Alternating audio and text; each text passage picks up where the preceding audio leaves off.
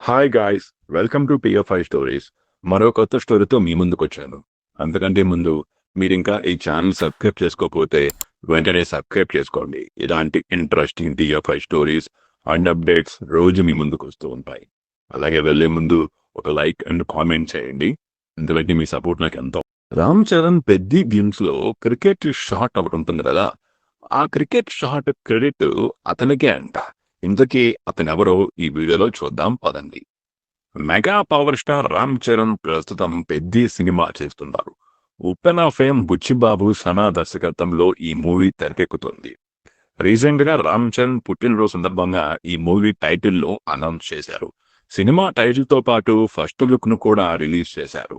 ఈ చిత్రంలో జాన్వీ కపూర్ హీరోయిన్ గా నటిస్తుండగా, జగపతి బాబు కన్నడ స్టార్ శివరాజ్ కుమార్, బాలీవుడ్ నటుడు దివ్యేందు సహా పలువురు నటులు కీలక పాత్రలు నటిస్తున్నారు. రామ్ చరణ్ తన చిత్రం గేమ్ చేంజర్ బాక్సాఫీస్ వద్ద డిజాస్టర్ గా నిలవడంతో ఈ సినిమా పైన మెగా అభిమానులు భారీ అంచనాలు పెట్టుకున్నారు. గ్రామీణ వాతావరణంలో జరిగే స్పోర్ట్స్ బ్యాక్డ్రాప్ లో పెద్ద ఈ సినిమాను తెరకెక్కిస్తున్నట్లు టాక్ నడుస్తుంది. ఈ క్రమంలో శ్రీరామనవమి పర్వదినాన్ని పురస్కరించుకొని పెద్ద సినిమా నుంచి ఫస్ట్ షార్ట్ గ్లిమ్స్ ను మేకర్స్ విడుదల చేశారు.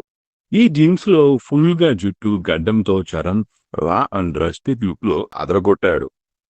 ఏదైనా నేల మీద ఉన్నప్పుడే చేసేయాలి, పుడతామా మళ్ళీ ఏంటి అంటూ ఉత్తరాంధ్ర యాసలో డైలాగ్ చెప్పి అదరగొట్టాడు చరణ్. వీడియో చివరిలో క్రికెట్ షాట్ అయితే నెక్స్ట్ లెవెల్ అని చెప్పాలి. అయితే ఆ షాట్ ఆలోచన ఎవరిది అనేది రీసెంట్ గా ఓ ఇంటర్వ్యూలో బుచ్చిబాబు వివరించారు. ఫైట్ మాస్టర్ నవకాంత్ ఆ షాట్ ని డిజైన్ చేయగా అతనికే ఆ క్రెడిట్ ను ఇవ్వాలని అనుకుంటున్నాను అంటూ బుచ్చిబాబు చెప్పుకొచ్చారు. ఆస్కార్ అవార్డు గ్రహీత మ్యూజిక్ డైరెక్టర్ ఏఆర్ రెహమాన్ ఈ సినిమా సంగీతం అందిస్తున్నారు. రత్నవేలు ఈ సినిమాకు సినిమాటోగ్రాఫర్ గా ఉన్నారు. మైత్రి మూవీ మేకర్స్ సుకుమార్ రైటింగ్ సంస్థలు నిర్మిస్తున్నాయి. ఈ సినిమా గేమ్స్ వీడియోకి ఫ్యాన్స్, ఆడియన్స్ నుండి సెన్సేషనల్ రెస్పాన్స్ వచ్చింది. వచ్చే ఏడాది మార్చి 27న ఈ చిత్రం ప్రపంచవ్యాప్తంగా అన్ని ప్రాంతీయ భాషల్లో విడుదల కాబోతుంది. దీని గురించి మీరేమంటారు?